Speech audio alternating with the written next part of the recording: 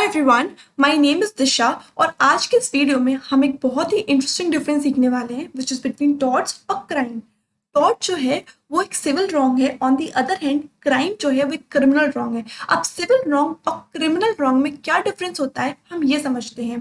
Civil wrong against individual commit होता है और criminal wrong against the community as a whole commit होता है। क्यों है ऐसा? इसलिए क्योंकि अगर आपने देखा होगा, अगर किसी लोकेलिटी या सोसाइटी में रहते हैं और किसी एक की घर चोरी होती है तो सब लोग बहुत ध्यान रखने लग जाते हैं, अपने दरवाज़ों का सिक्योरिटी गार्ड रख देते हैं। तो दिस इज़ व्हाट हैपन्स।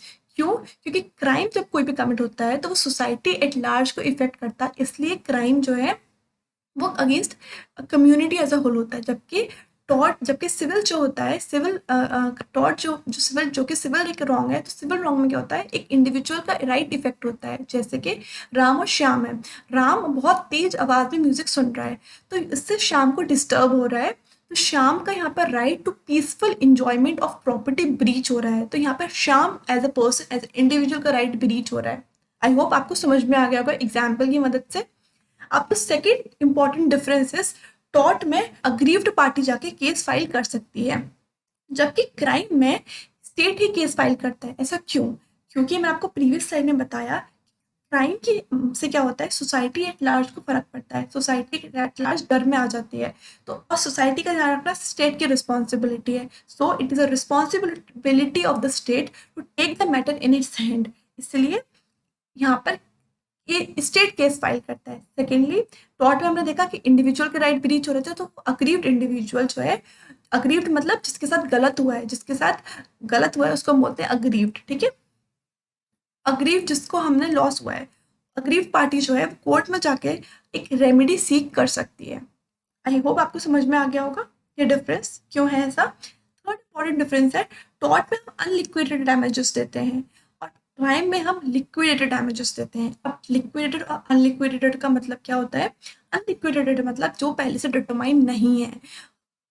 जब कोई केस आता है तो कोर्ट उसका देखता है कि ब्रीच से कितना नुकसान हुआ और कितना कितना कंपनसेशन देना है। ये कोर्ट उस मोमेंट उस केस को देख के डिसाइड करता है। ऐसा कोई भी लॉ नहीं है जो ये बताए अगर ये होके फ्रॉड कमिट होता है तो आपको इतने कंपनसेशन मिलेगा, ऐसा नहीं है। क्राइम में जबकि ऐसा नहीं होता, क्राइम में हम ऑलरेडी डिफाइन कर देते हैं वेरियस लॉज के अंडर कि अगर आपका ये क्राइम होता है तो आपका इतना फाइन होगा, इतना पनिशमेंट होगा। तो this is what happens. I hope आपको समझ में आ गया होगा। इसका इंपॉर्टेंट रीजन ये ऐसा क्यों होता है, आई एक्सप्लेन यू।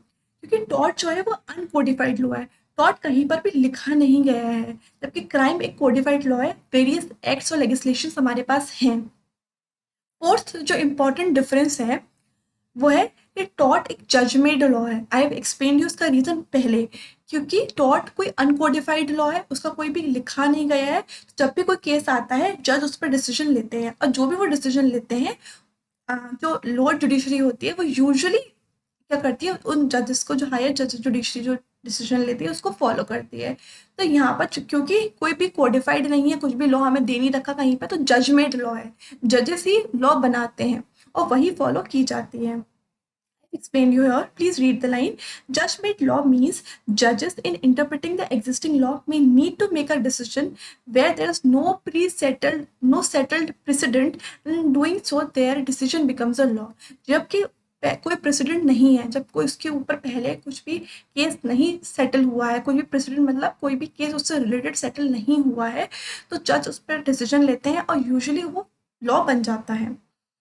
जबकि क्राइम है स्टैट्यूटरी लॉ। स्टैट्यूटरी लॉ क्या होता है? जो पार्लियामेंट पास करती है, और जो स्टेट लॉ के केस में गवर्नर और यूनियन लॉ के केस में प्रेसिडेंट साइन करते हैं, उनको बोलते हैं स्टैट्यूटरी लॉ, जो कि हमें पार्लियामेंट देती है। एक सिक्स्थ और बहुत इंपॉर्टेंट डिफरेंस ये भी है कि टॉर्ट पे इंटेंशन रेलिवेंट नहीं होता है। अगर आप नेग्लिजेंटली, आप एक्सीडेंट से, किसी भी तरीके से अगर आप कोई टॉर्ट करते हैं तो आप लाइबल होंगे, जबकि क्राइम में ऐसा नहीं होता है। क्राइम की दो एसेंशियल कंडीशंस होती हैं जो कि हम अपकमिंग वीडियोस में सीखेंगे। पहला एक्टस रियस और दूसरा mens rea. Mens rea, actus reus I will explain you later in the video. Actus reus, mens rea जो होती है, मेंस रिया मतलब होता है इंटेंशन। हाँ, यहाँ हम क्राइम में हम देखते हैं कि क्या आपका इंटेंशन था। अगर आपके किसी भी एक्ट से सामने वालों को कोई भी हार्म हुआ है तो क्या आपका इंटेंशन था वो हार्म पहुंचाने का। जबकि हम टॉर्ट में ये चीज़ नहीं देखते। आपने पहुंचाया तो that's it, that is tort. हम नहीं देखेंगे कि आपका इंटेंशन था या आपका इंटेंशन नहीं था। सो आई होप आपको ये समझ में आ गया होगा। अगर आपको कोई भी डाउट है तो then feel free to ask me, I be more than happy to solve all your queries. Bye, take care.